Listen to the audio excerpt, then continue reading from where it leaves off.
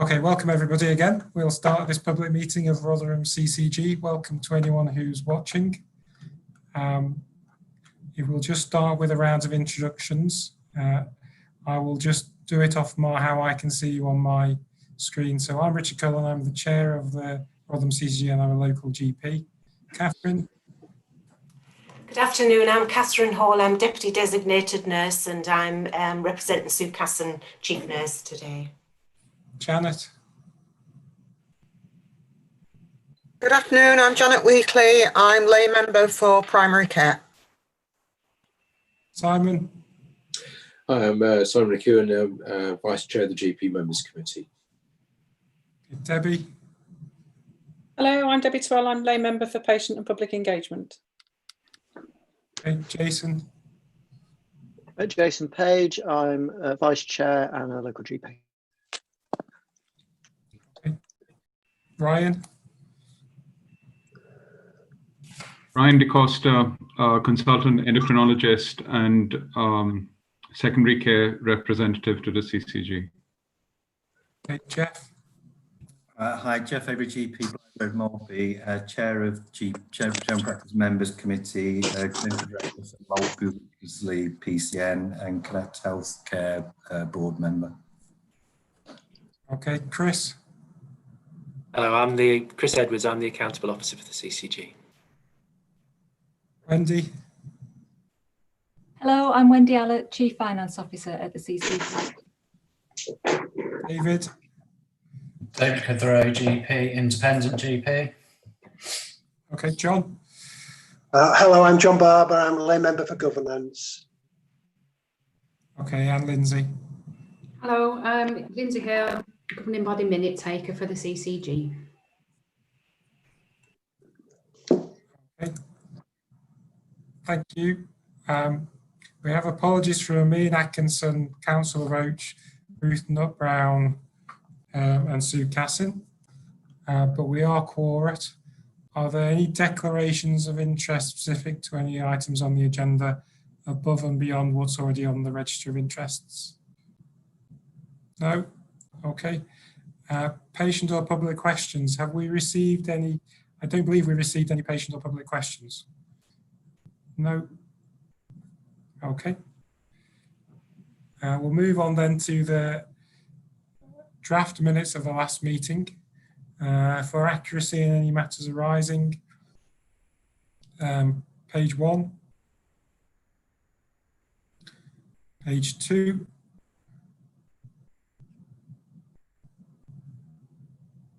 three, 4, 5, 6, 7, 8, 9, 10,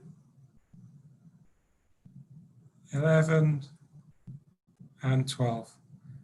Okay, there's no one raised anything, so thanks for the accurate minutes, Lindsay. There's nothing on our action log as yet, but if people are only dialing in, watching for the first time, that's because we only re-established the public board from last month as we moved out of the COVID crisis. We'll move on then to Chris, Chief Officer's report. Thanks, Richard. Just before I start on the Chief Officer's report, I had promised to put in the NHS England Phase 3 letter in the Chief Officer's report this time, but unfortunately it only was published on Monday, so it's been circulated to you all separately. And I'll give a quick high-level verbal update on that, but I'll put it in the papers for next time, Lindsay. So if we could just record that the Phase 3 letter I'll put in next time's Chief Officer's report for completeness.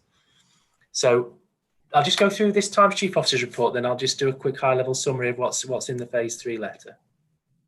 So in the Chief Officer's report, we've had a letter around the risk assessment, and just to assure the governing body, all our staff have had a one-to-one interview where we've ascertained their risk assessment for them as an individual and noted their concerns and discussed how they would wish us to transition back to working in Oak House at some stage. So we should have a good idea and a good idea of our risk assessment of an organisation and all our employees.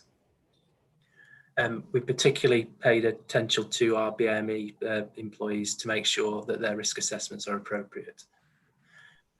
In terms of the mental health investment standard, it was mistakenly reported in the Health Service Journal that Rotherham CCG hadn't met its mental health standard. That was incorrect. It has now been corrected. We did, and we have received this letter, so you're quite evidence that we have met our mental health investment standard. If just this letter should assure you that's the case, and we will continue to do that in future years. In terms of the AGM, thank you for all who were involved in the AGM this year. It was very different. We did a digital AGM, and we haven't had too much feedback from the AGM yet, Richard, but we'll obviously try and seek that as much as possible. Other CCGs, I don't believe, have held AGMs yet, so we were pushing some boundaries.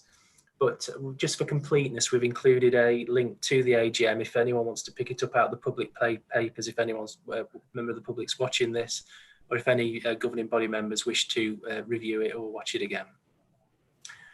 And from a communications update, again, we continue to work with health and care partners, particularly relating to COVID-19. National comms leading the way, but there's been quite a bit of local comms in Rotherham as well, because we've had some local outbreaks and local testing arrangements which we've needed to communicate to the public. And Dr. Cullen appeared on the Toby Foster show on Radio Sheffield to communicate particularly around COVID testing, didn't you, Dr. Cullen? I did. They were having a more interesting conversation about ice creams and the best ice cream before, but they didn't let me converse into that. I was just only allowed to do the serious stuff about our COVID response. So just on the the phase 3 letter, not the quarter 3 letter, just to be clear is probably for the notes, Lindsay, if we could record that from April the 1st, our NHS emergency planning rating has gone from a level 4 to a level 3 from the 1st of August. We've taken this decision as the infection rates have gone from a peak of 19,000 a day to 900 a day nationally. So it's a good news story in terms of positive tests. So what that means really is we're now out of the command and control phase, and we're now in an incident response phase, which applies to each individual organisation. So we're now at national level 3. There'll still be national oversight. The key thing in the letter talked about accelerating the return to near normal services before winter across hospital, community, primary care, and mental health services. It asked us to prioritise on winter planning. So we normally have a comprehensive winter plan across all agencies in Rotherham. Our intention is to do that again this year, but we'll need to incorporate an enhanced flu vaccination programme because we'll now be vaccinating over 50s and year 7s, first year at secondary school. So that takes you from roughly 80,000 people in Rotherham being vaccinated a year to 140,000 people a year. So it's a significant increase in terms of vaccinations. We'll need to keep the governing body sighted on that programme. And it's also asking us to lock in beneficial changes around supporting staff and the work we've done on health inequalities as well. So in just a little bit more detail, if I just share, just in terms of what it means in detail, in terms of getting services back to normal, that's restoring the full operation of cancer services, recovering as much elective capacity as possible before winter, restoring the delivery of primary and community care, resuming CHC assessments, and expanding and improving learning disability and autism services are the key priorities. So, okay, Jeff, you had a question. Sorry, Jeff. Yeah, just from members at clinical directors meeting this morning, Tarek was saying he had an email through or something about there was potentially £400,000 worth of funding towards supporting flu the CCG had applied for, suggesting that had been knocked back and that there wasn't going to be any funding from that support. Is that anything that you've had information about? That wouldn't be in the national letter, Jeff. That would be a separate local letter. Okay. So there is an addition. So at the next time's governing body, there's the phase 3 letter, which we're just summarising now, and then there's an additional national flu letter around the requirements for flu as well, which has come out. I think it's just come out this morning as well. So we can put that on the agenda for next time. The last thing I was just going to say about next steps is we've got to produce a plan as a South Yorkshire and Bassett Law system for the 1st of September to cover all of these areas about how we're going to implement phase 3. So our intention will be to bring that plan to the September governing body and go through it in detail with all the governing body members. Okay, any further questions for Chris on any of those updates? Okay, thank you, Chris. We are a bit ahead of schedule, so our next couple of papers we have guests arriving, but they're not due to arrive till at least 1:30. So I will bring quality even further up the agenda and surprise Catherine by asking her to do the patient safety and quality assurance report next.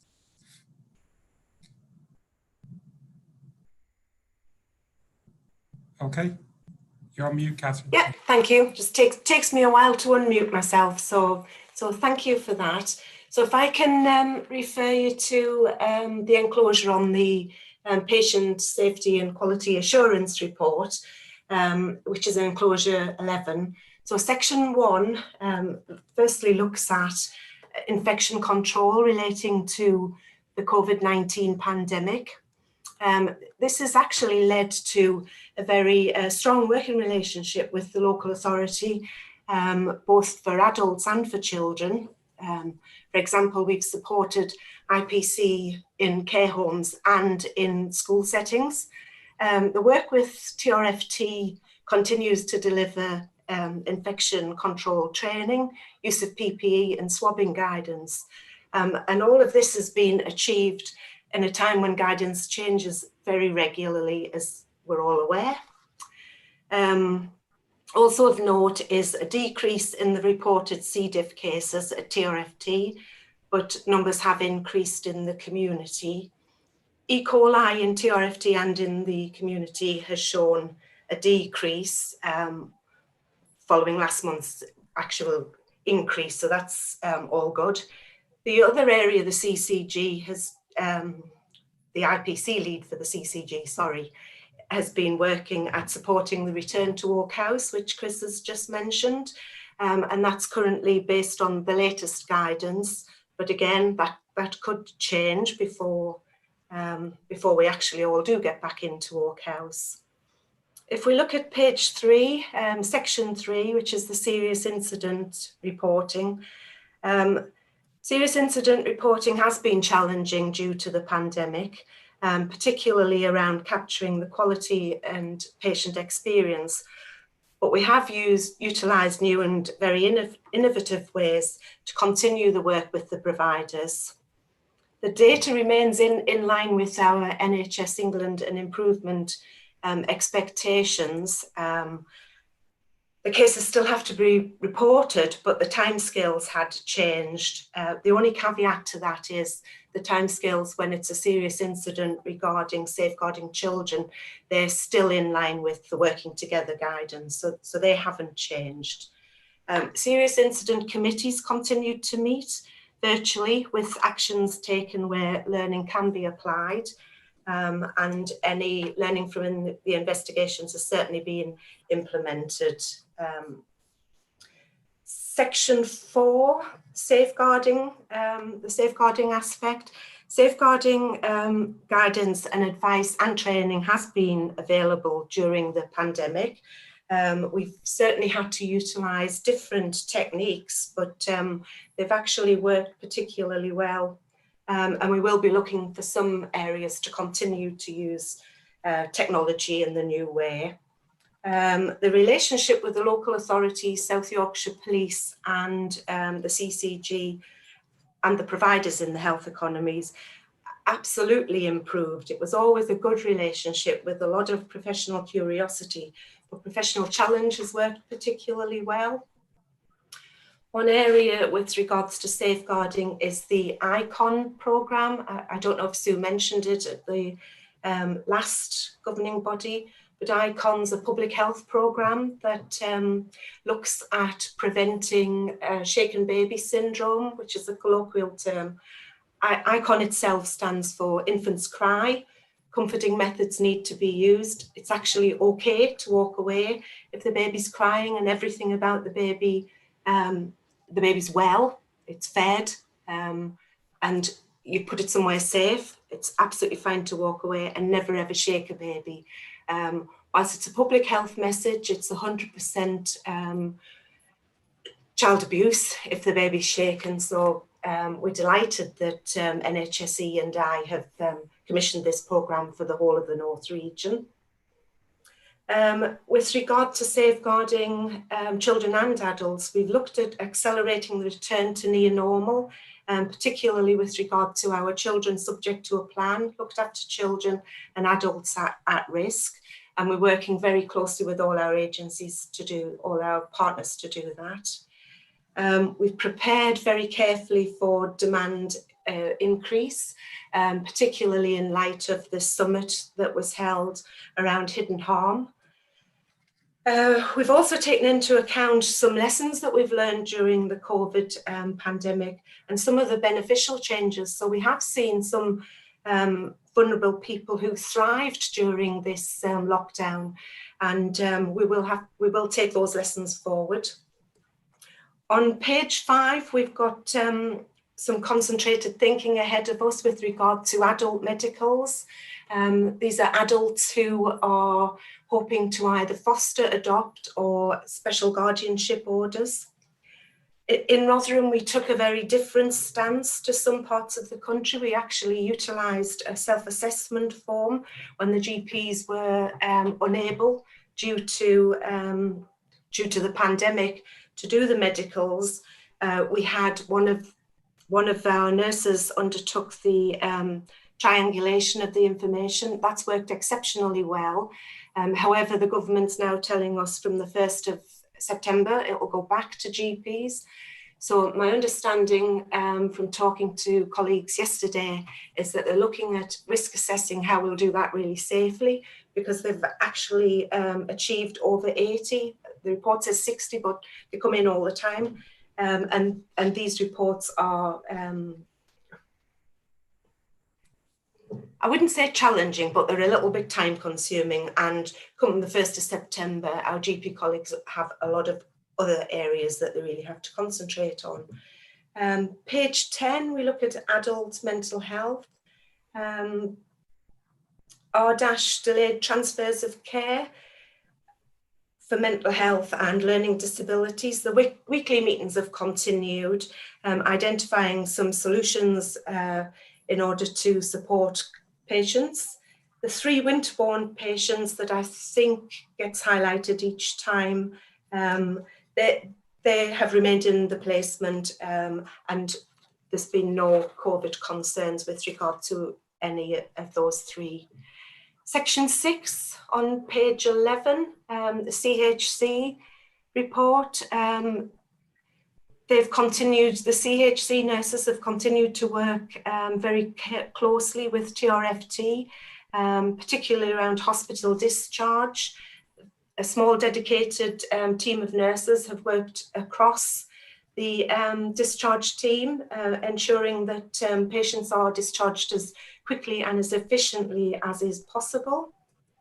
CHC are working towards, as Chris has just mentioned, a reset and restore on the 1st of September. So they will need to repatriate their nurses back into the team, because the challenges for them will be significant. Page 12, section 12, CQC and TRFT. Just to say that TRFT had a themed safeguarding children, maternity and paediatric inspection in July. We haven't had the written feedback yet, but TRFT are working very closely with CCG and partner agencies to set up an action plan and to ensure that the verbal feedback we see from CQC is taken on board and changes are implemented as quickly as is possible.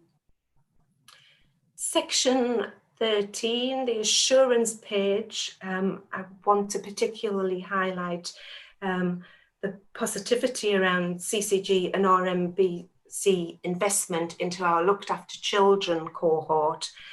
This is actually paying dividends, and we've we've now increased our percentage of initial health assessments completed within the 20 statutory working days to 90% for May 2020, which is absolutely outstanding. And that 90% was 18 children done in time frame, 2 children who decided for their own reasons that they wanted to delay their appointment. So as I say, the investment's absolutely paying dividends with a very vulnerable cohort.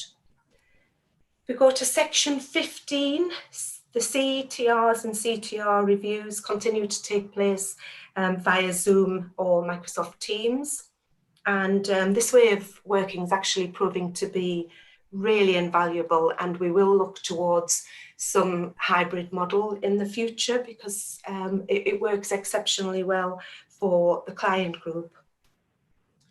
Section 18 on page 15, the learning disability mortality reviews have resumed, and NHS England and Improvements have set an exacting target that they will be completed in time frame by December 2020, which is a big ask. These reviews do receive support across all of the Rotherham system. And during the last 4 months, from March to June, there have been 5 notifications of deaths of people with learning disabilities, which is marginally higher than we would have anticipated. And of the five deaths, all were adults. 1 was COVID positive, 2 were COVID negative, and 1 death was attributed to a stroke, and the 5th was reported as cause of death unknown. All 5 deaths were of white British individuals, which doesn't marry with the concerns around COVID in our BAME community. Or the demographics of Rotherham, so we will be keeping a close watch on that. And the CCG have increased the resources to the LEDA process to ensure that we will meet the exacting targets from NHSE and I. Any questions, really? Okay, thank you, Catherine. Any questions for Catherine on that paper? Okay. I think, thank you. Catherine, it was a full explanation of the paper, so everyone is happy. So if you'll ever see that. We're still ahead of time, Catherine, so don't put yourself on mute. You're going on to your next report. So we're going to patient engagement and experience report. Thank you.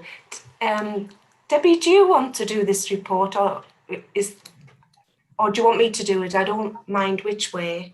I don't mind. I'll just give my apologies to everybody because a few minutes ago I lost my internet connection, but I can certainly do an overview if you want me to. But fingers crossed that I don't have the same problem I've just had. Okay. Okay. Certainly, the report covers what we're hearing from our patient and public. We've got a number of channels that this comes through, obviously directly through to Helen, but you can see in the report that we've held a virtual PPG meeting. But just some of the bullet points, really, that we are hearing from patients and public that there is a concern about going back to whatever the normal is about that. And that's just people who are shielding and actually coming out of shielding, but also getting into the medical support services that people require. They did feel safe, they're feeling unsure. We're also getting quite a few messages, and I think the frustration expressed in those messages about there's an awful lot of information floating around and people are finding that is quite confusing for people. Carers, obviously a very lonely job anyway, and I think with lockdown, that the comments that we're hearing from there is that, that they've forgotten that we are there, and I think that's a national thing. It's certainly not just a Rotherham thing. I think the media started to pick that up, certainly to do with dementia patients and carers at the moment. People who do send information to us, in the main, it's very positive about the experience that they've had from healthcare and professionals, certainly on a formal contact basis, perhaps more informally, that we are starting to hear this frustration about them not quite sure what they should be doing, and the experiences that they or anecdotally people in their communities are having. So that's something that I think that we need to investigate a little bit more. We've worked quite closely with Healthwatch around the concerns that they're hearing, and that's mainly around cancer investigations and treatments, and the fact that things are on hold and what's coming next for patients. And we have also worked very closely with REMA, Rotherham Ethnic Minorities Association, they did a work for us about what was the experience in Rotherham about our BAME patients and public, and that's been really interesting, and it's given us the grounding to develop an action plan to try to improve the way that we support BAME communities going forward, not just to do with COVID, but for all commissioning really. So that's the four main bullet points really. Friends and family tests, that's obviously been put on hold at the moment. It doesn't always give us a great deal of information, but I think most people now are actually using social media, the Twitter for TRFT and those sorts of things to have conversations and raise concerns really. We plugged heavily into the ICS, the SYB ICS, and what's happening across South Yorkshire and supporting that information, supporting that action and those activities with them and sharing good practice across the patch, including what's happening in place. Helen's listed some of the things, the next set of bullet points, which are really about the things that she's done. But just to say that we did actually hold, on the 17th of June, we had a crack at doing a Zoom meeting for our patient and public group, which was really positive. I think I've mentioned it before, and that we are now planning and we're going for a bigger version of that, which would be our normal September quarterly meeting. So we're hoping that we can get a couple of officers to come along and share information, and just like we did with the AGM, we're asking patients from our patient participation groups to if they've got any questions or they've got anything that they want to raise, just to inform us in advance. And the information about this meeting and the sort of protocols for that meeting went out yesterday and today, just so that you've got a chance, because it's very difficult in an open Zoom meeting to be able to kind of keep the flow going without keeping people not necessarily having the chance to speak. So we've just asked that if they've got questions that they notify us of those before we go into that meeting. So we're looking forward to that, quite positive. And I think, again, like somebody else was saying earlier, I think Chris was saying, a bit ahead of the game in terms of doing these. I was at a lay members meeting for South Yorkshire on Monday, and there's a few toes in the water like we were a few months ago, and I was just saying, give it a go. You know, it does work. Don't worry about Zoom. And I think I know our patients gave us a lot of really positive feedback. They were pleased to be able to take part in that, and looking forward to when we went for our September meeting. So there you go. So if anybody wants to join us, feel free. I think that's about it. Okay. Richard, can I just respond? Debbie, we will get an executive to the meeting. We're just trying to work out who's available. Who it is, and So we talked about, really, I think the information sharing would be about the idea of reset and refresh, wouldn't it, and cancer treatments and things. So yeah, okay. Catherine? Just wanted to reiterate the concerns around carers feeling forgotten, and certainly that's been an issue that's been picked up with regard to children who are carers as well. And it was picked up in the summit held by Boris Johnson on hidden harm. So I do think we need to really think long and hard about how we support our carers. Yeah, I agree, Kathleen, definitely. Okay, Janet? It's just, can I just ask Debbie, the action plan that REMA's done on impact on BAME, where is that going then? Where's? It's our action plan, Janet. Right. It's CCG. It's in response to the REMA activity, the information that they got through the REMA group that we work with, our partners. Right. That's helped us to formulate our action plan about what CCG are going to do and improving communication and all those other things. Okay, thank you. Okay, is there any other questions for Debbie or Catherine? Okay, in which case we'll move back on the agenda then to proposal to redesign the neurodevelopmental diagnostic support pathway for children and young people. And as if by magic, Jenny should now appear. But it might take a few seconds for her to get on. It's just coming up as, yes, here she is.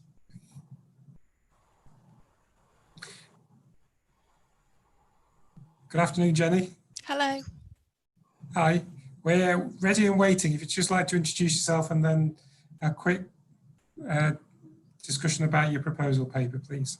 Yeah, so hello everyone, I'm Jenny Lingrell. I'm a Joint Assistant Director of Commissioning Performance and Inclusion between Rotherham and CCG and Rotherham Council. So I have come today to talk about the proposals in relation to the neurodevelopmental pathway. I'm aware that governing bodies had previous sight of this paper. So really today I just wanted to emphasise the key principles and provide an update on the actions that have been taken in response to governing body feedback from July. The first principle is a shift in focus away from an emphasis on the clinical diagnosis by ensuring that the whole system works together to meet the needs of children with neurodevelopmental difference as it presents. And secondly, that a digital offer should remain part of the pathway, which will both increase choice, but also add capacity. The outcomes from the Helios pilot have been positive, and it's proposed that the CCG continue to commission them directly for a further year.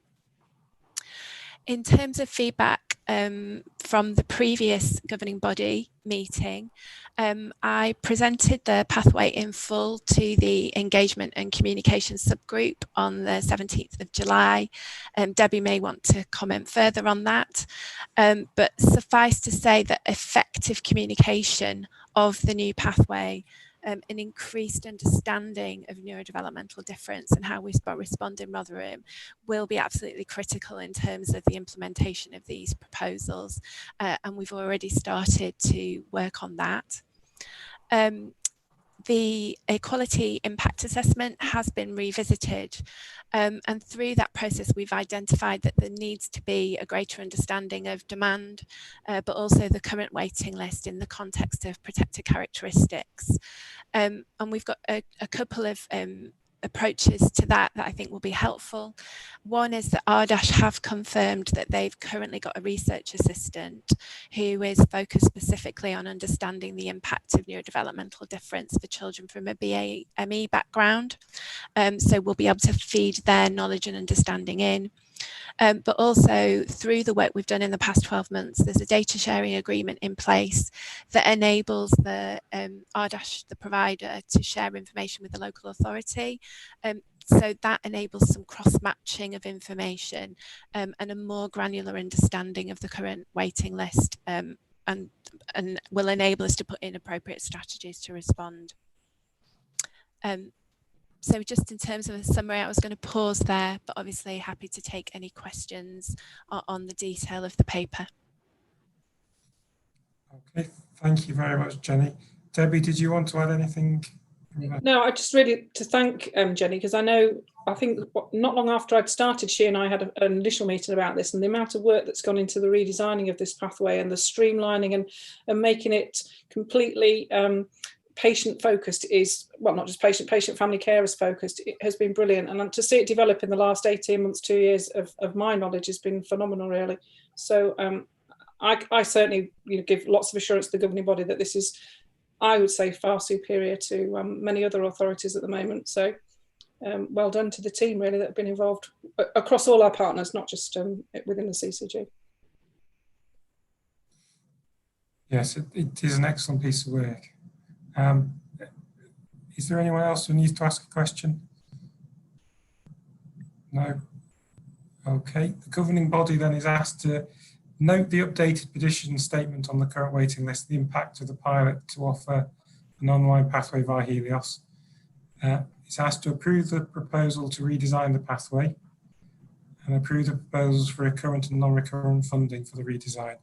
Is the governing body happy to to approve those proposals? I'll wait for their thumbs up. If you can all remember, Catherine, you need to do it on the screen. Demonstrate. So I've seen everyone's thumbs up. So governing body, congratulations, you're on a good piece of work, and hopes that we'll continue to do that development for all the patients with those problems. Thank you. Really appreciate your support on it. Thank you. All right. Okay. Thank you, Bye. Jenny. Jenny will now disappear. However, our next guest speaker is yet to arrive. So, annoying our Lindsay taking the notes, we'll move and jump around the agenda. Wendy, would you like to do the finance and contracting report? Thank you, Chair. Will do. This month's report is at month 3, so the end of June, as at the end of June. June is month 3 of the 4-month temporary financial regime, the one that was put in nationally as a response to the COVID situation. Just a quick reminder, that regime involved, amongst other things, effectively replacing the CCG's notified allocation with a new nationally assessed allocation. And therefore, what we now have is a situation whereby the operating cost statement at section 5 is the CCG's view of actual performance against that nationally assessed allocation. So it was the same last month, but it's just to remind you that was the history of it. I think in summary, I'd say highlights of the report are that cash is being well managed. Payments are being processed in line with the requirements of the new temporary financial regime. So that means, for example, we're paying valid undisputed invoices within 7 days rather than within 30 days. Performance-wise, we're reporting a year-to-date net overspend of 1.23 million, 1.16 million of which is due to COVID-related spend, and 73,000 on net overspends across the rest of the CCG's portfolio. In line with the guidance, we did expect to receive a retrospective allocation to cover that overspend. And I can confirm that this week we now have had that. So whilst in this report it shows that we are overspending, actually retrospectively we'll be brought back to break even and we start again at 0 for month 4. In terms of the forecast, so month 4 is effectively the forecast position because we're in this 4-month temporary regime. And at the end of that reporting period, we're projecting an overspend of 2.8 million, with 1.9 of it being due to COVID-related spend, which we'd expect to get recouped.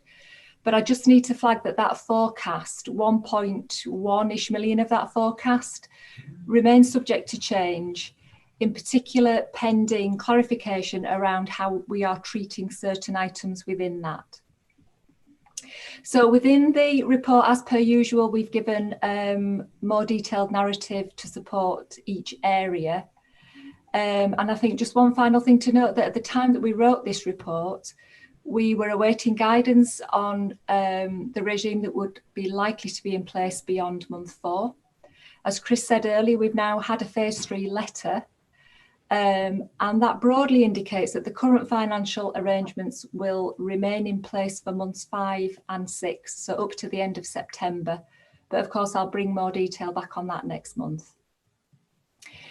So I think if it's okay with you, Chair, I'll pause there, open up to any questions on the position at month 3. Okay, any questions for Wendy?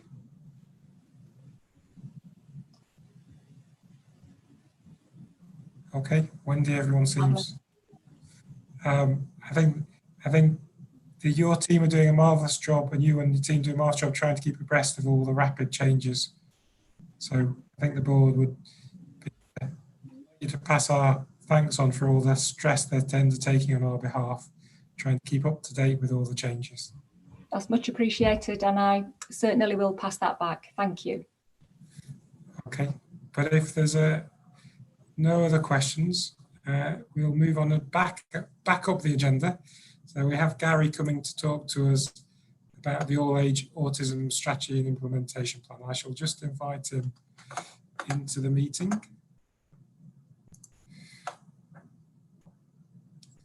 And he should be arriving any second now. Here he comes.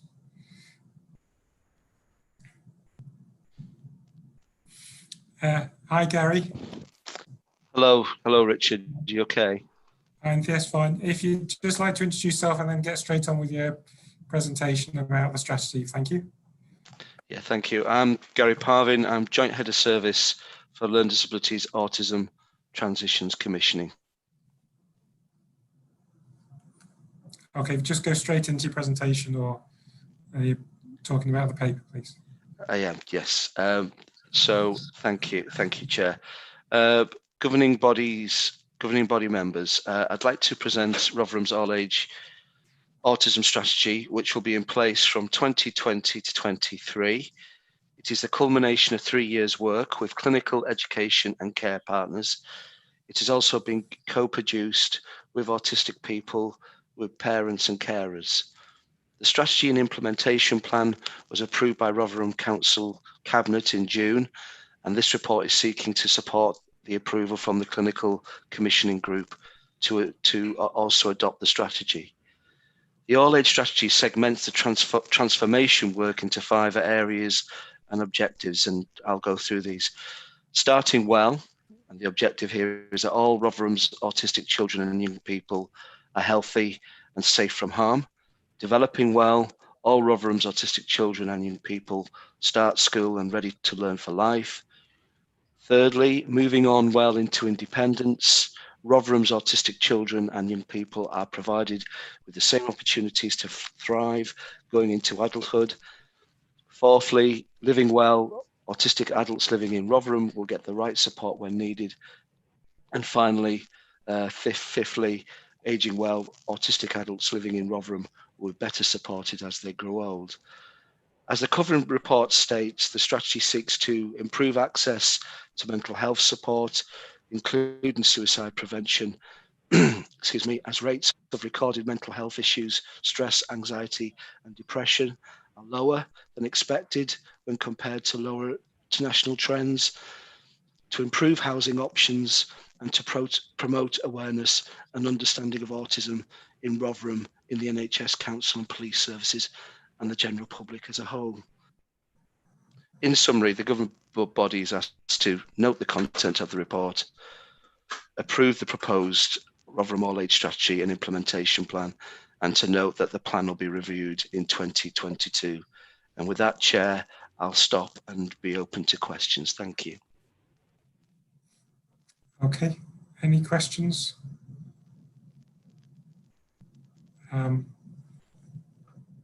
Jason, as our children's lead, you've been involved. Is there anything you want to say? I would say I'm been more involved in the previous paper on the pathway than with Gary's, but you know, the transitions from children to adults is really important, and you know, that this seems a good plan as far as I'm concerned. Okay, thank you. Any other questions for Gary? Okay, so as Gary said, we were asked to approve this paper, and are we happy to approve it? And again, I can see all the thumbs up. Okay, that's great. So Gary, congratulations on an excellent paper. We have approved it, and we look forward to hearing updates on how well it's working in the future. Thank you. Thank you very much, Richard. Cheerio. Okay. Oh, bye. Bye. Okay. I enjoy going back to the countryside. Thank you. Okay. Right. We're still moving ahead of schedule, and so people are still waiting to be called in. Chris, I wonder if I could ask you to ask Stuart and Andy to attend a little bit earlier, please. I've asked Jackie will be attending at 2 o'clock, so if you could just bring their attendance forward by at least quarter of an hour. For Stuart and Andy. Yeah. And we'll dance around, but we have we'll move into policies in terms of reference and do equality and diversity terms of reference with Debbie.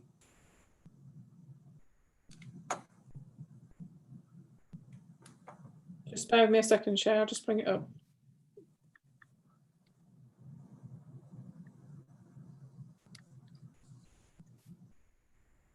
Really, there's not a lot to say about the terms of reference. There's no major changes. The only real change that was made was that previously we used to have up to four members of the contracting team would attend each meeting, and we've actually now moved that to just one representative from the contracting team will come on a regular basis, but with the option for us to be able to co-opt anybody in at any time to support our understanding of whatever's being presented. The changes have already been supported by OE. It went to Aqua in July for approval, and it's here really just for ratification today through the governing body. Okay, John, Aqua, happy with it? Yes, Chairman. We supported the terms of reference and Wendy's and Debbie's update on the changes that had been made. So yes. And while I'm speaking, I probably just ought to say, Chairman, that all the papers under policies and terms of reference, all 5 of them have been to Aqua Committee, and we were supportive of them all, just for when other people come and join and present their policies. Yeah. Okay, thank you. So as governing body, we're asked to ratify the steering group's terms of reference. Are we happy to ratify?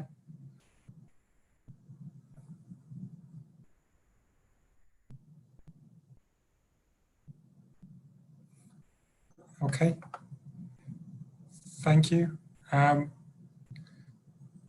Okay, counter fraud, bribery and corruption policy review, Wendy.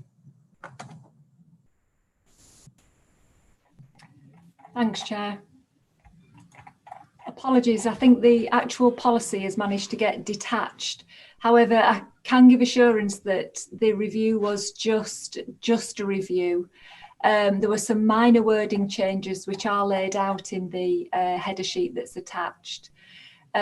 We also included a new paragraph in about a new role which the Counter Fraud Authority have. It's a new project that they're running. So Ruth Nutbrown, our Assistant Chief Officer, is going to take on that role for us. And that is the role of the fraud champion.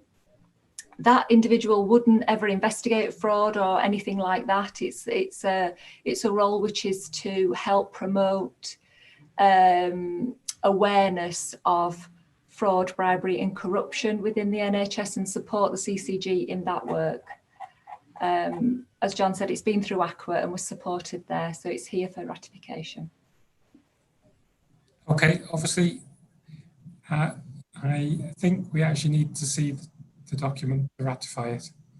So I think we'll have to bring that back next month unless there is an urgency about doing it now. No, I think that'll be fine, Chair. Or I could circulate outside of the meeting if that's acceptable, but I'll bring it back. It's not urgent in that way. The policy exists still. Okay, so I think you can circulate it around the members, and I'll ask the members to reply.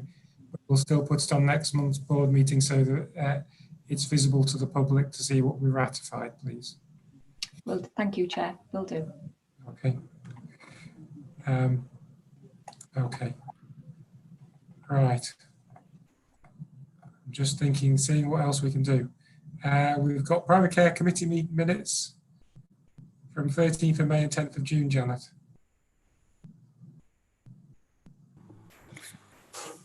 Thank you, Chair. I think in terms of these, there was just, I think some of these have been actions. There was about the primary care annual report, which was escalated to the governing body. I don't think there was anything from the 10th of June that was escalated. We haven't got the minutes from the 18th of July yet. I presume they'll come to the next one. But there was something on that which I'll just mention anyway, because it was about the primary care work programme, and there was just to note some really positive and fabulous progress, and in light of COVID-19 as well, just really well done to everybody. That's it, Chair. I'm happy to take any questions. Okay, any questions on those minutes? Thank you for those minutes, Janet. We'll note those. Jeff, is there anything from members group you want to raise that's been discussed at members group that's not on the agenda? No, I think there was the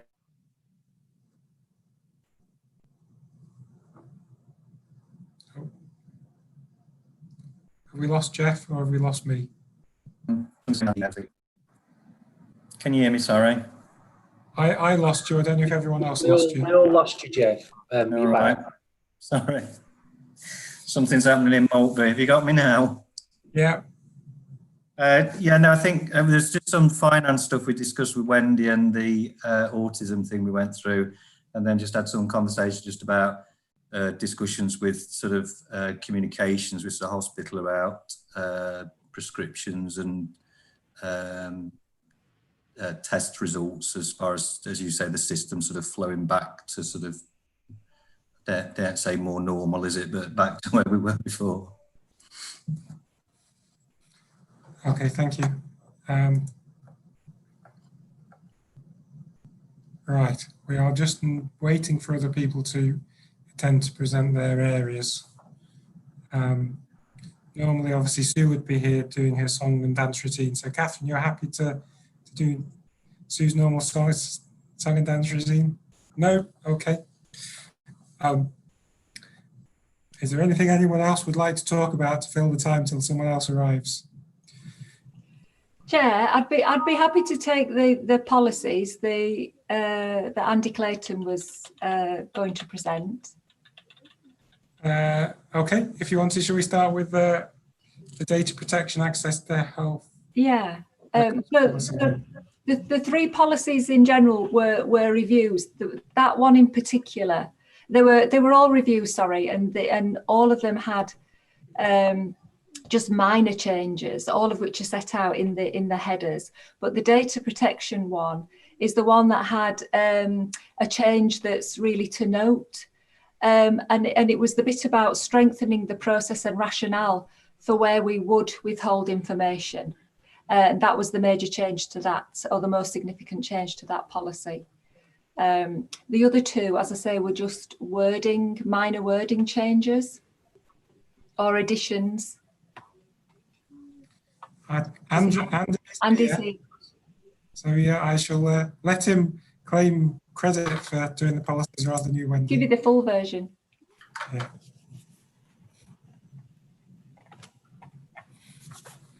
Hi, afternoon, Andrew. Hello, Chair. Hi, if you'd like to introduce yourself, Wendy's already started introducing the policies, but we'll leave it to an expert in IT to No worries, no worries. I've been following you on YouTube. I could see you were about to get to my item, so I jumped in quickly. Good afternoon, everybody. I'm Andy Clayton. I'm head of digital at Rotherham CCG. Wendy's already stole my thunder, really, by saying probably all that needs to be said. So you've got three policies on the agenda today. They've all previously been through and been supported by the Information Governance Group and ACWA. If we start with the first one, the data protection and access to health records policy, as Wendy said, the rationale for the changes and the changes are all documented on pages 2 to 4. This is the only policy that's probably got a change of note, which is a strengthening of the section around what we do as a CCG if we choose to withhold data on a subject access request. Obviously, withholding data is not something we do lightly. The previous policy was fairly light on the process around that. It just kind of said we could and we'd inform people. The new policy is an expanded section that identifies who'd be involved in that decision and the process we would follow in making that decision. Other than that, the remainder of the changes to the data protection and access to health records policy are fairly minor, updating of policies and schedules that have changed in the last 2 years. Any questions relating to that one? We'll ask Wendy to answer them if you do ask questions. So. And he's only here to support. Right, any questions in all seriousness? Okay. And we've had confirmation from John about ACWA reviewing the policies. So we're happy to ratify the data protection access to health records policy. Thank you. There's less to say on the other two, I'm afraid. The records management policy, again, has undergone its routine review. The changes are there documented for you on page 2. They're all minor. They're just superficial, bringing it up to date. Okay, thank you. We're happy to ratify that policy. And similarly, the final policy, the Internet Acceptable Use Policy, again, gone through its standard review and has had a number of minor changes. Nothing of note to report to governing body. Okay, thank you. And board is happy to ratify that. Okay, thank you. Thank you all. Thank you then, Andy. Thanks for Cheers, bye. Quickly. We'll pass on then to moving around the agenda to keep Lindsay on her toes, we'll move back to the delivery dashboard. Jackie, would you like to introduce yourself and then talk through the paper? Yep, so I'm Jackie Tufnell, I'm the head of commissioning.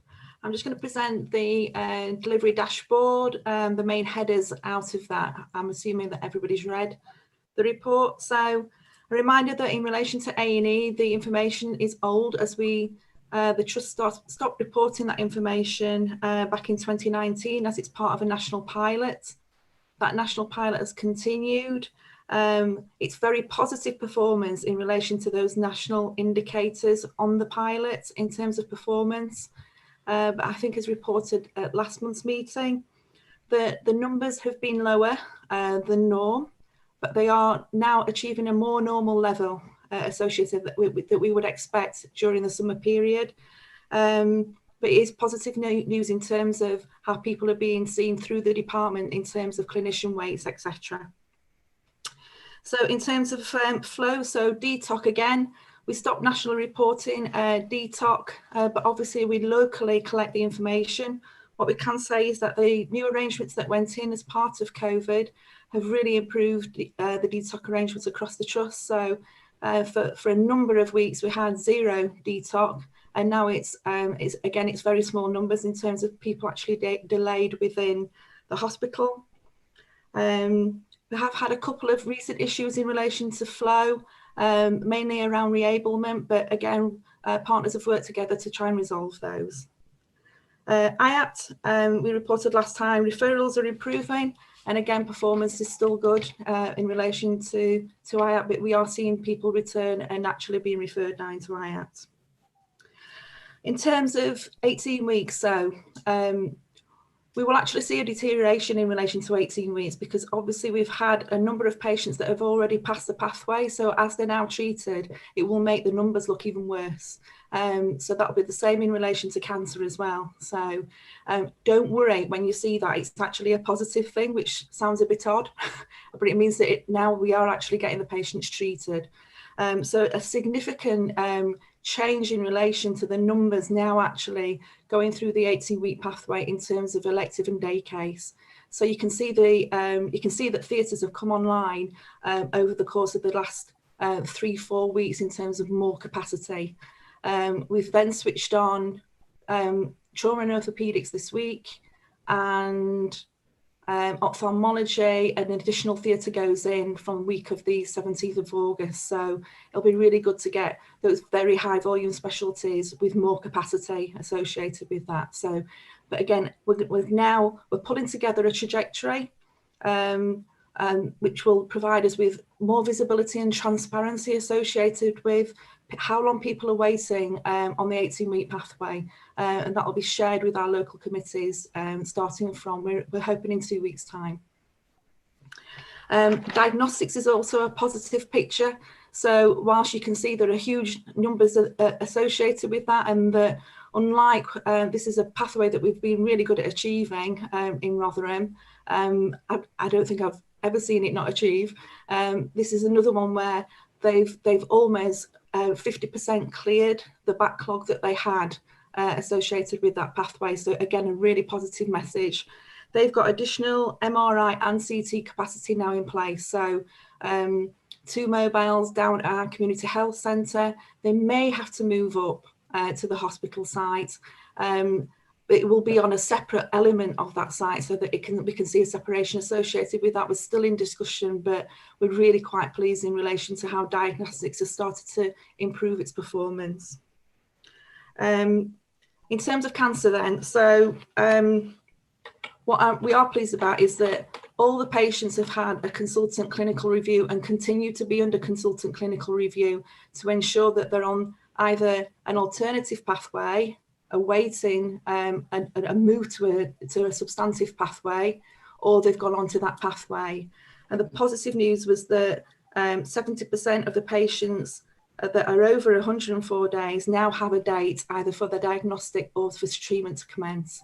So again, a positive picture in terms of listing those patients and having a plan for them.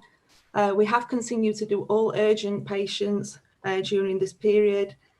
the main kind of diagnostic issue that they've got is in terms of CT contrast, because it's such a long procedure to take. It takes an hour. It takes an hour of the CT out of use, and obviously we've got a lot of demand in relation to CT. So in terms of the phase 3 letter, so I'm sure that you've already discussed the phase 3 letter. The performance regime is not expected to return in the same format. What is going in now is locally we're putting in place our performance meetings again to ensure that we're keeping under plan the recovery arrangements. So the recovery is either going through contract quality or contract the clinical referral management committee, and then being brought together under the contract performance meeting. So it's over for any questions. Okay, thank you, Jackie, for that report. Anybody want any questions of Jackie? David? It sounds quite encouraging with cancer from what you've just said, but does that reflect, you're talking about percentages doing quite well, what about actual raw numbers? Because I don't think we're actually seeing the number of patients presenting with cancer-like symptoms. So people are coming quite either late or just not coming in to see us for referral. So numbers remain lower than normal, David. We're having quite odd weeks where we're seeing significantly more numbers on particular weeks, which is really strange because it's not about any national messaging changing associated with that. And then it goes low again. So overall, in terms of averages, yeah, we are lower than what we would expect to receive in. And feedback from the trust is that they've had a few later presentations than normal. Okay, Jason. Yeah, I was just going to say, based on numbers, David, I think it's about 70% of normal, the 2-week wait referrals at the moment. Okay, Ryan. Just from personal experience, I mean, anecdotally, perhaps, I certainly have seen a number of increased admissions from non-COVID related conditions, and my personal experience of being on the wards last week is that we have seen a slight increase in a number of patients that I would ordinarily see with cancer. So perhaps it is something that, and of course, these are people who are actually presenting late, you know, who have probably had some symptoms for a little while. So yeah, it's probably something that we have to look carefully at. Perhaps time will tell how it has actually changed, if at all. Yeah. Okay. Thank you then, Jackie. I don't think there's any other questions. Thank you for that report. Okay, thank you. Okay. Right. We have one last item on the agenda, which is a relatively good news story about prescribing in the annual report. So Wendy, do you want to take that and claim all the credit?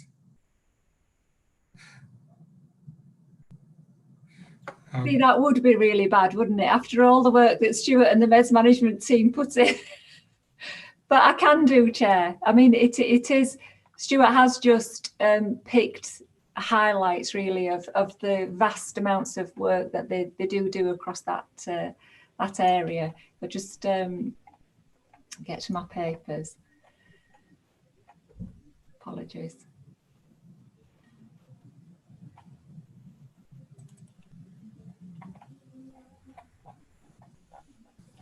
So he's setting out for us the areas of good performance really that Rotherham have achieved at the end of the year. So this was the annual report for 1920. Our cost growth relative to others continues to be strong, as in it's low relative to others, which we attribute to largely to all the work that the Meds management team do in conjunction with the GPs in Rotherham, in terms of all the switches of medications, making sure that patients are on the right medications, and the work that the Meds management team do to promote the most cost-effective versions of meds, etc. Alongside all the QUIP schemes that are around the waste reduction schemes, the third party ordering. So all the initiatives which in the QUIP reports in the old financial year, we used to see at governing body every month. I guess this is how it all plays through into performance when you see it in graphs like this, with volume and cost growth performing so well against others.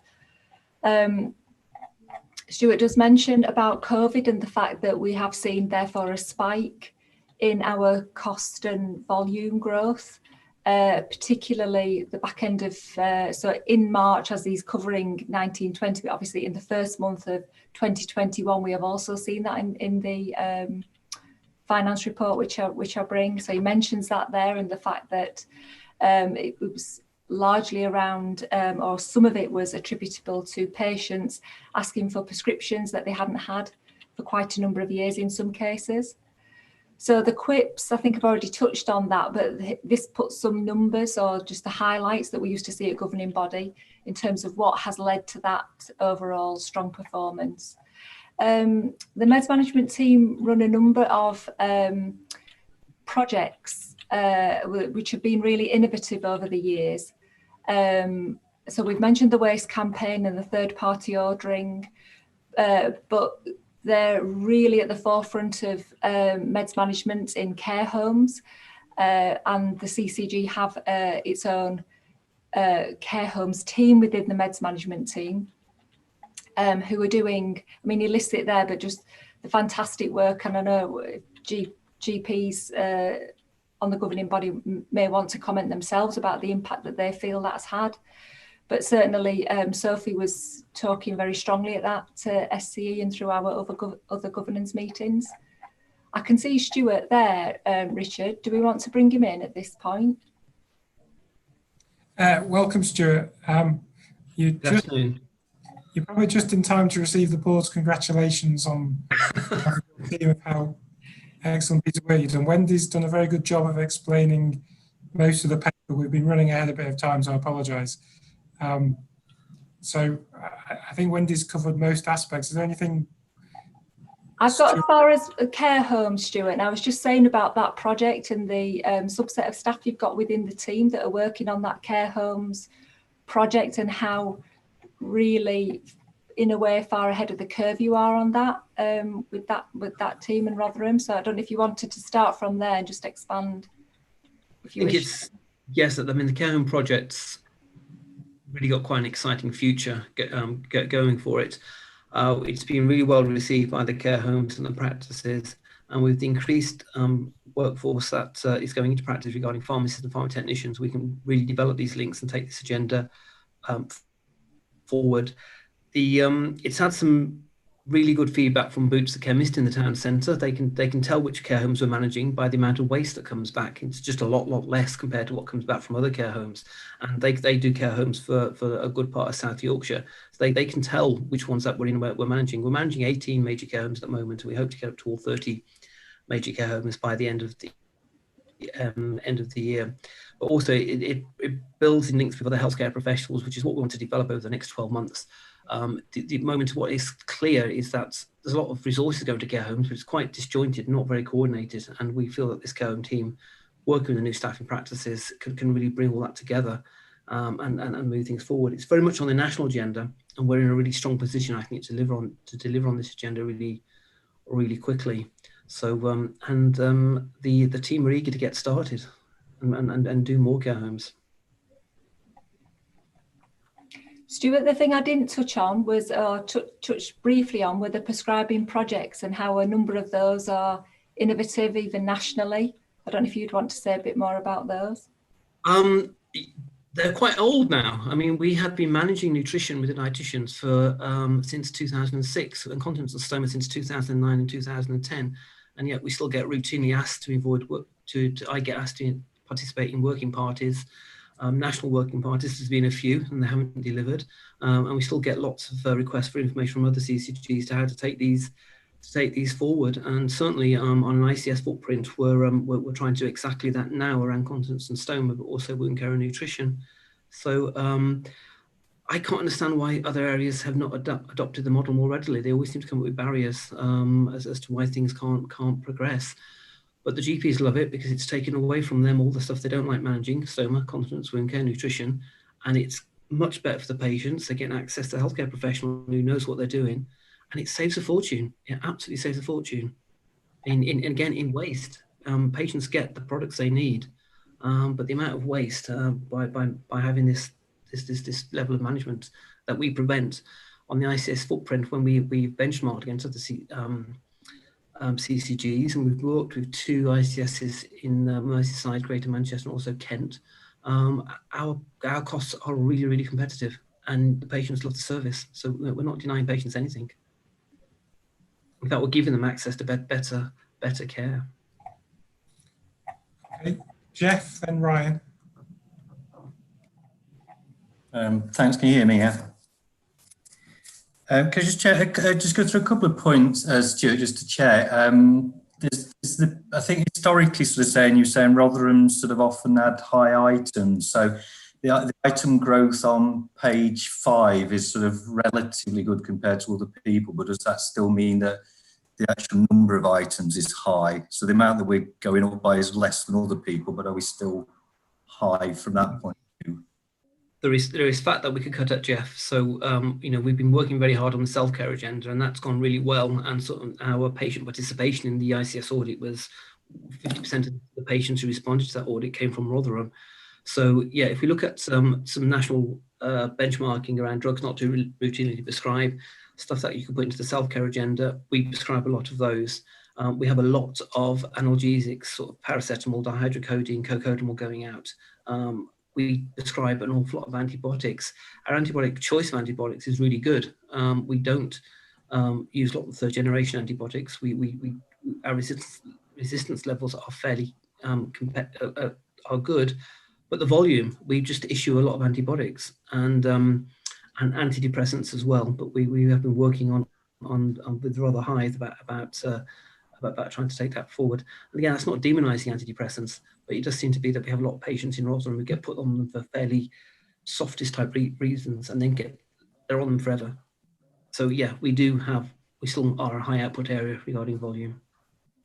And I think there's perhaps 2 points that sort of relate to that as well, sort of COVID wise. So the antibiotics of the levels are sort of is dropping, but in one sense, I feel as though sort of for a while we're potentially seeing less problems, but I think in practice when you're doing things virtually, I think a lot of people are sort of less lenient about not prescribing the antibiotics to see would that go up, and I think that's also true. There's a lot of mental health sort of issues, and I know we've had discussions earlier about the IAPS. They're still sort of seeing people virtually, but again, it's difficult sort of virtually sort of not sort of reaching for that, whereas before as far, and I think the kind of things that people do to sort of de-stress they've not been able to do. So I think there's some sort of concern about what sort of blip that sort of has. We've also had, Jeff, we've had challenges around COVID as well, because we've been telling people to go and self-care and to buy stuff. But for 2 or 3 months, it was very hard to buy paracetamol, and you couldn't give it a load more money, where it was available on prescription. So just if we moved these patients off prescription, telling them to buy it, it wasn't available in Morrison's and it wasn't available at Lloyd's. So that's a challenge which we need to readdress when we get back to it's been a difficult time, definitely. Yeah. There's another thing, just the overall spend sort of looks relatively good at 1.9% sort of for Rotherham compared to lots of other areas.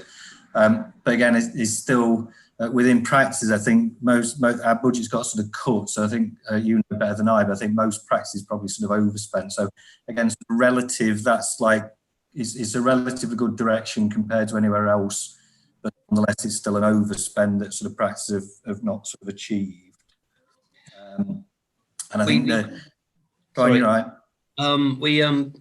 We had the second smallest overspend in Yorkshire, which pleased Wendy. So the work we did on forecasting growth, we pretty much got fairly okay. We weren't left with a massive difference between what we put into the budget and what we actually spent. However, compared to previous, yes, it was a tighter year for practices, so it was a bit more difficult for practices to get rewarded on the part of the incentive scheme this last financial year compared to the previous one.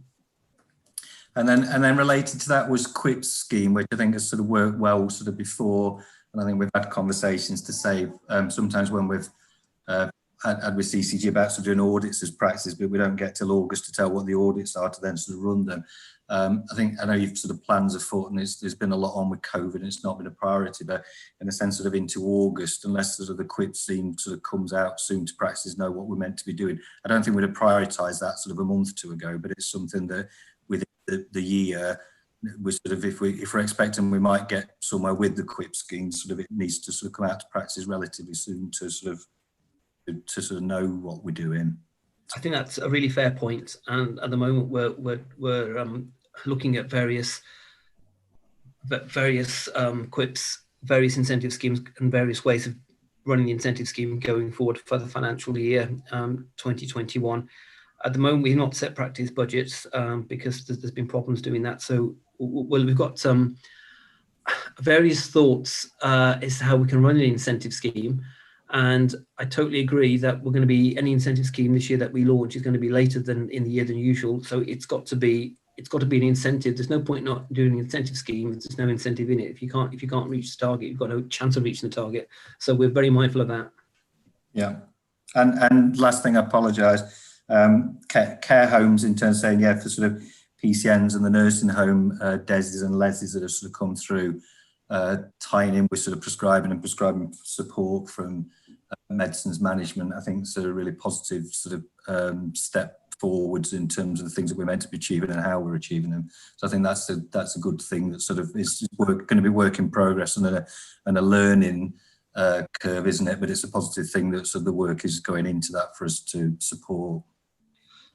Absolutely. As I said, I think we're in a really strong position. And when the national framework came out, we looked at that thinking, well, pretty much the journey we were on anyway. We just need to just crack on a bit, really. So hopefully that's what we'll be doing. Yeah, thank you. Hey, Ryan. Hi, thanks for that. It's just something I'd like to share, particularly in the context of cost of medicines and outcomes, because when we started locally doing a piece of work where secondary care was actually going out and supporting GP practices in managing diabetes, we noticed that at that time our costs of spending increased dramatically.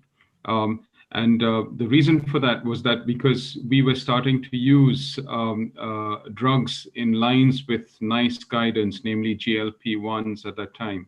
So what it meant was that we were actually identifying an unmet need within the community and prescribing medications appropriately. At the same time, it was not just to do with prescribing, but also drugs were being appropriately stocked.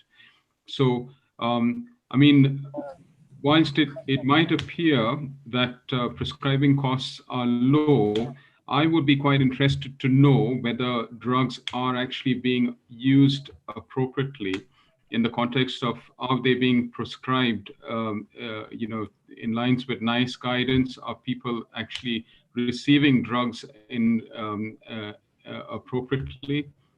And certainly whether the drugs that are actually on people's prescriptions, whether they are actually being stopped, because that is something where there is a cost benefit, particularly in the context of reducing wastage.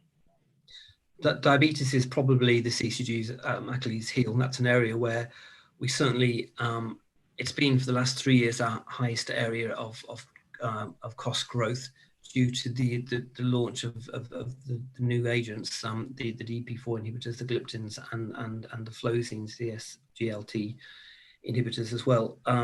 We're working very much with the primary care team to try and really sort of look at how diabetes is managed. We're in the unenviable position of having the highest diabetes prescribing cost per patient in Yorkshire and the worst performance on HbA1c control. It's really not good how we do that, and we have how we manage that. We have 16,000 diabetic patients, and there's quite a big variation between practices on performance around HbA1c control. So working with the primary care team very much to look how we use the DSN service And we're just, in fact, this morning talking about one of the areas where we look really poor is on insulin, in that we seem to prescribe more insulin than anybody else in Yorkshire, and we do not know why. But early results are showing, and we can see that from waste audits as well, that insulin is a big area of waste. So we're putting together SOPs and that for the team to actually start talking to patients and trying to actually clarify exactly what dose of insulin they're using, how much they're using, so they can actually get their prescription quantities to match their actual usage quantities, but also identifying any patients that need an urgent review or being lost a follow-up to the DSN service. Linking in with the DSN service is the more challenging part of that project, not the DSNs per se, it's how the DSNs are managed, how we link in with them is proven sometimes to be challenging. Okay. Thank you, Stuart. Any more questions for Stuart? Okay, thank you, Stuart. Just obviously the board would like to pass their thanks to you and your team for all the hard work you've done over the last year. So you just pass those thanks on from the board. Thank you. And say Wendy did an admirable job of presenting your paper. So everything you've told her, she understands. So that's a good sign. Right. Okay. Okay. Thank you. Thank you all. Okay. And I'll go back to our work. Okay. We'll be all right when Stuart understands finance like Wendy. Yeah. I understand my bit of finance. I just need to get Wendy to, oil the wheels, really. Prioritize it. Okay. See you all. Okay. Thank you, Stuart. Right. I think that's the end of there's no other urgent business that I've been notified of. I don't think anything particular has been raised that needs to be escalated anywhere else. I need to consider the resolution that representative of the press and other members of the public be excluded from the remainder of this meeting due to the confidential nature of the business to be transacted, publicity on which would be prejudicial to the public interest. I think and that will bring, even to that will bring the end of the public meeting.